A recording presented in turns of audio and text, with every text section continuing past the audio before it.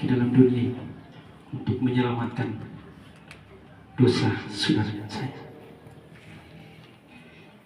Sebelum dia melalui beberapa tahapan, yaitu yang pertama dia harus dibaptis oleh Yohanes. Warga kaum Bapa yang dikasihi dan Tuhan Kristus, pada ayat 9 sampai 11 situ menceritakan tentang kerendahan hati dan ketaatan. Yesus merendahkan diri, bahkan paling titik terendah dia menyamakan diri seperti saudara dan saya, dan dia harus dibaptis oleh Yohanes. Padahal dia sebagai sang juru selamat, tapi dia merendahkan diri, bahkan pada titik terendah dia menyamakan diri seperti saudara dan saya, dan dia dibaptis oleh Yohanes. Dan pada saat itu Yohanes mencegah dia dan berkata, "Akulah yang harus perlu dibaptis olehmu, tetapi engkau datang kepadaku." Warga kaum Bapa yang dikasihi dan Tuhan Yesus Kristus, tapi jawab Yesus, biarlah hal ini terjadi supaya kita, Yesus bukan berkata biar hal ini terjadi supaya saya mengatakan, tetapi Yesus berkata biarlah hal ini terjadi supaya kita menggenapkan seluruh kehendak Allah. Amin. Yesus tidak berkata, aku berkata supaya aku menggenapi, tetapi Yesus berkata kita menggenapi seluruh kehendak Allah. Jadi Yesus merendahkan diri dan dia begitu taat pada kebenaran itu sendiri. Jadi kita sebagai orang Kristen, kita sebagai orang-orang yang percaya, hak mutlak untuk kita rendah hati dan taat pada kebenaran itu sendiri. Teristimewa bagi para hamba Tuhan, karena Yesus sebelum menjalankan misi, dia harus melalui ini dulu. Dia dibaptis dulu, dia merendahkan diri dulu, dia taat, dia memberikan contoh, dia memberikan teladan kepada saudara dan saya. Teristimewa kepada hamba Tuhan, tidak boleh congkak, tidak boleh sombong, harus taat apa yang sudah difirmankan. Amin.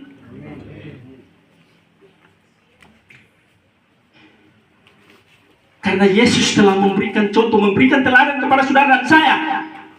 Jadi dia berkata, Allah menentang orang yang congkak dan mengasihani orang yang rendah hati.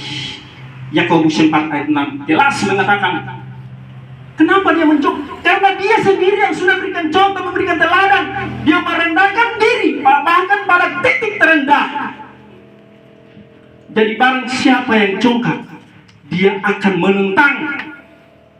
Itu yang sudah tertulis, bukan saya mengatakan. Amin. Begitu juga kita harus taat pada kebenaran. Apa yang sudah difirmankan kita harus taat.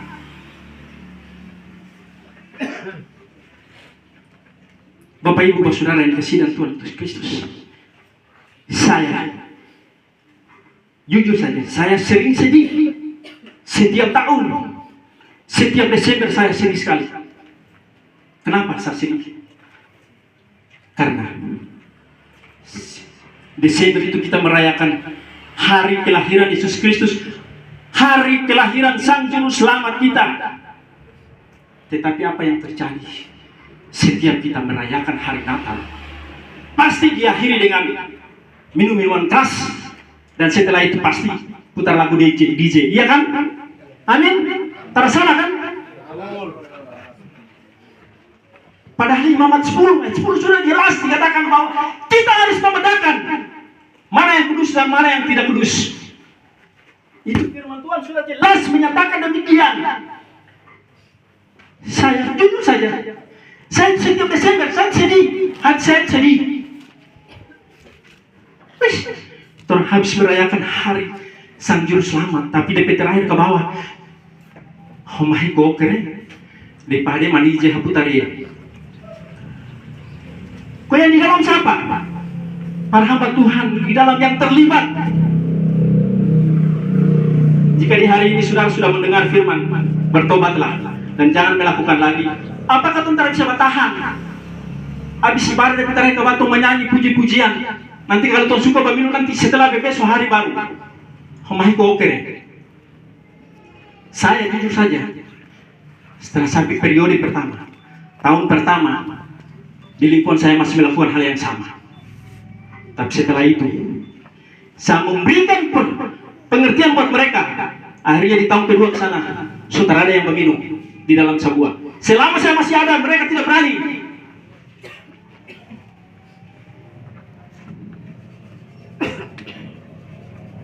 Saya pernah di tahun kedua itu, ketika kita duduk ke bawah, kita jaga-jaga pada orang. Materi RPN Pak Sudumpi di sebelah rumah sana, kita kasih lihat mata. Di sana ada bagus salib. Habis itu baru balik di sebuah. Terserah. Yang penting jangan saudara-saudara minum dalam sebuah, karena ini adalah tempat kudus. Amin. Bapak Ibu yang dikasih dan Tuhan Yesus Kristus, pada ayat 12 dan 13 itu di sana menceritakan tentang ujian kelayakan. Yesus sebelum menjalankan misinya, dia harus diuji dulu, dicobai dulu. Apakah Yesus layak atau tidak? Diuji dulu. Pencobaan di padang gurun kan? Setelah Yesus dibaptis, dia dibawa oleh Roh ke padang. Dan di sana dia berpuasa selama 40 hari 40 malam. Setelah itu Yesus lapar. Maka si pencoba itu datang dan berkata, jika engkau anak Allah, perintahkanlah supaya batu-batu ini menjadi roti. Yang jadi pertanyaan, apakah Yesus tidak sanggup untuk menjadikan batu-batu ini menjadi roti? Yesus sanggup. Yesus sanggup. Tapi Yesus tahu yang disodorkan adalah iblis untuk menguji, untuk mencobai. Akhirnya, apa kata Yesus? Dengan penuh kerendahan hati, Yesus menjawab, ada tertulis. Yesus tidak menjawab, aku berkata, tetapi ada tertulis. Manusia bukan hidup dari roti saja, tetapi dari setiap firman yang keluar dari mulut Allah. Yesus masih dengan penuh kerendahan hati dan penuh ketaatan. Dia berkata, ada tertulis. Ada tertulis. Gak ngone, lebih bisa hadiah pasti hatu. Nakongohi. Nakongohi Tuhan. Yesus dia berkata, ada tertulis. Ada tertulis. Setelah itu, iblis membawa pula di hubungan wahai Allah dan berkata, jika engkau anak Allah, jatuhkan dirimu ke bawah. Sebab mengenai engkau, ia akan malaikat-malaikat untuk menatap engkau di atas tangan, supaya kakimu jangan terantuk kepada batu. Kita harus perlu garis bawahi jawaban Yesus. Ada pula tertulis, engkau jangan mencoba itu. Bapak Ibu, Bapak Saudara yang dikasihi dan Tuhan Yesus Kristus, pada pencobaan pertama tidak mempan, pencobaan yang kedua tidak mempan lagi. Iblis cari akal lagi, bagaimana dia supaya saya bisa menggagalkan rencana Allah. Dia bawa gunung yang paling tinggi,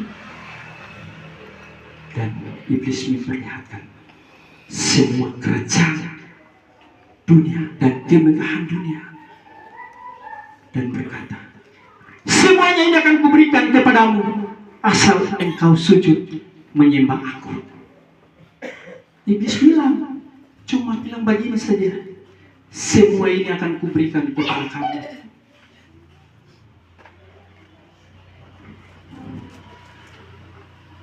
Bapak Ibu yang dikasihi dan Tuhan Yesus Kristus, apa jawab Yesus? Karena Yesus tahu inilah ujian yang paling sulit.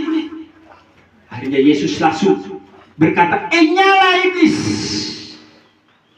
sebab ada tertulis, engkau harus menyembah Tuhan Allah, dan hanya kepada Dia saja engkau berbakti.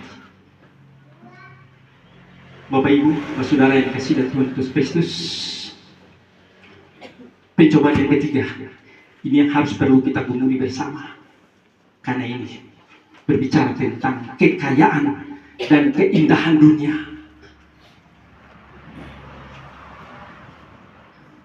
Jadi sebelum Yesus tampil di sana, Dia harus diuji betul. Itu juga hamba Tuhan tuh. Dalam 1 Timotius 3 kan jelas, mereka diuji terlebih dahulu baru ditetapkan. Amin. Bukan tidak diuji, harus diuji dulu. Dia layak atau tidak? Bahkan sampai saat ini, ujian yang ketiga itu saudara dan saya harus perlu gumuli. Kenapa? Karena sampai saat ini banyak orang Kristen menjual imannya karena harta duniawi. Banyak orang Kristen menjual imannya karena sebuah jabatan. Amin. Amin. Baik pemerintah maupun gereja masih banyak melakukan hal yang sama. Apalagi seorang hamba Tuhan. 1 Timotius 3 ayat 3 di sana dikatakan apa? Seorang hamba Tuhan itu bukan hamba uang. Amin.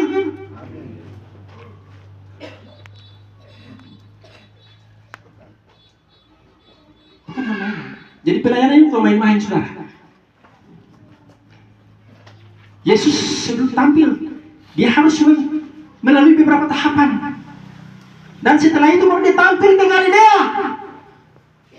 Ayat 14 dan 15 di sana menceritakan tentang pertobatan. Setelah diuji, Dia menghadapi ujian kelayakan, dan setelah Dia layak, baru Dia tampil di Galilea dan menyampaikan misinya dan berkata, bertobatlah sebab kerajaan surga sudah dekat. Jadi kita sebagai orang Kristen, kita harus bertobat sungguh-sungguh. Peristiwa sebagai seorang pelayan, dia harus bertobat. Bertobat dulu baru menyampaikan misi. Bagaimana seorang hamba Tuhan tidak bertobat kalau dia menyampaikan pertobatan? Bagaimana Ibu Fikaris? Bertobat dulu kan? Karena pelayanan Yesus pertama Dia tampil di Galilea setelah Dia dicobai oleh iblis. Yang pertama yang di sana Dia tampil di Galilea, Dia menyatakan apa? Bertobatlah sebab kerajaan surga sudah dekat.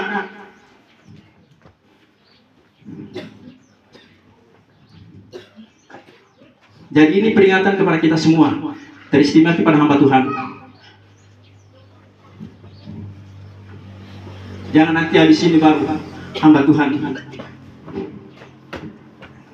Ngohie, ona-ona hitato ngohie. Ini bukan saya katakan, ini firman Tuhan berkata. Karena kita menyampaikan misi tentang keselamatan, maka kita harus bertobat dulu, koreksi diri dulu, baru sampaikan. Amin. Rasul Paulus berkata, aku telah melupakan apa yang di belakangku dan mengerahkan diri apa yang ada di depanku. Kita tahu latar belakang Rasul Paulus. Dia seorang pembunuh, tapi ketika dia menjadi seorang rasul, dia betul-betul bertobat. Jadi kalau dalam 5 menit atau 1 jam 5 menit ke belakang masih ada hal-hal yang mengganjal dalam kehidupan kita, untuk memang tidak sesuai dengan kebenaran, bertobat sudah.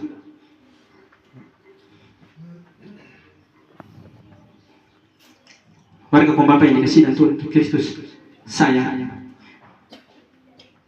setelah saya ditetapkan sebagai majelis, dan setelah itu kami adakan apa? Pelepasan antara majelis lama dan majelis baru. Di saat itu ada jemaat bilang begini, Herman, tunggu pesta kapan? Kita bilang tidak, karena ini adalah pekerjaan yang sangat mulia yang saya harus jalankan. Jadi saya tidak akan mengawali dengan hal-hal duniawi. Wish di lingkungan lain kasih pesta rupiah jemaat di majelisku, bagaimana Pak orang pun mau? Tidak. Habis itu dia mengadu kepada yang lebih tua lagi. Wih, om, bote mga majelis saya pesta. Kumpai tua itu menjawab bilang apa? Mereka yang mengatur kita. Jadi apa yang orang bilang, orang harus kasih ikut. Amin. Baru mau awal pelayanan saja so pesta. Bagaimana 5 tahun ke depan? Itu kita harus betul-betul harus membuat suatu terobosan supaya bagaimana jemaat ini bisa bertobat. Ya, ini bukan saya yang katakan, ini firman Tuhan berkata. Saya masih majelis, mungkin Ibu Vikaris belum ada kan? Belum. Itu togel dan bingung itu saya sentuh terus, sebuah terobosan. Itu saya sama-sama dengan Pak Polisi, Pak Rinsen. Pak Rinsen itu dah duduk kepada orang itu sampai hibari-bari. Iya. Saya teman-teman majelis kalau dalam forum pun saya lihat tuh Pak bingung atau Pak togel itu sama. Iya. Pernah itu waktu saya pas saya lewat di muka rumah, pas saya pertama majelis, pasti lewat kita dia bareng main. Bingung, kalau dilepas kita langsung dapat sambung itu. Sama. Ini ya. Don't tahu Pak kita kalau satu periode. Di forum kita marah dia. Akhirnya selama masa periode saya tidak ada lagi yang babingung. Dia batogil tapi muka-muka. Setelah ada. Dong baru lihat saya kita lewat itu dong semua sambunyi. Pernah itu dong main togel di lingkungan anak pas kita lewat bayi langsung bubar. Langsung dong telepon di salah satu. Langsung pas kita pulang bayi bilang, Papa Ade, sore-sore ada berjalan lewat di lingkungan anak. Iyo, wih dong dia tuh dong togel dong dia Papa Ade langsung mulai dong apa? Bingung. Dong dia Papa Ade langsung bubar. Jadi kalau seorang hamba Tuhan dari sekian jika satu hati, bulatkan hati untuk membuat terobosan, untuk menyampaikan kabar keselamatan, jemaat ini bisa akan bertobat. Amin. Tapi begitu kita turun ke bawah, sekarang kita kompres di laut, bingung. Tapi tidak ada satupun majelis yang mampu menegur mereka, ya kan? Tak ada. Cuma menyampau 5 orang pun tegur, pasti jadi. Belatong piara kecil begini sampai pasar putus wajar, pasar kasper bilang. Jangan ada yang coba-coba namanya judi, padahal dari kecil turun wajar. Jadi sebagai seorang hamba Tuhan harus berani bikin terobosan. Dosa itu harus disinggung. Karena firman Tuhan ini bukan menceritakan tentang matematika bahasa Indonesia atau bahasa Inggris. Ini tentang kebenaran, tentang keselamatan. Firman Tuhan itu dia lebih tajam dari pedang bermata dua yang dapat memisahkan antara jiwa dan roh. Amin. Biarlah firman Tuhan di siang hari ini bisa menjadi berkat buat kita semua. Amin.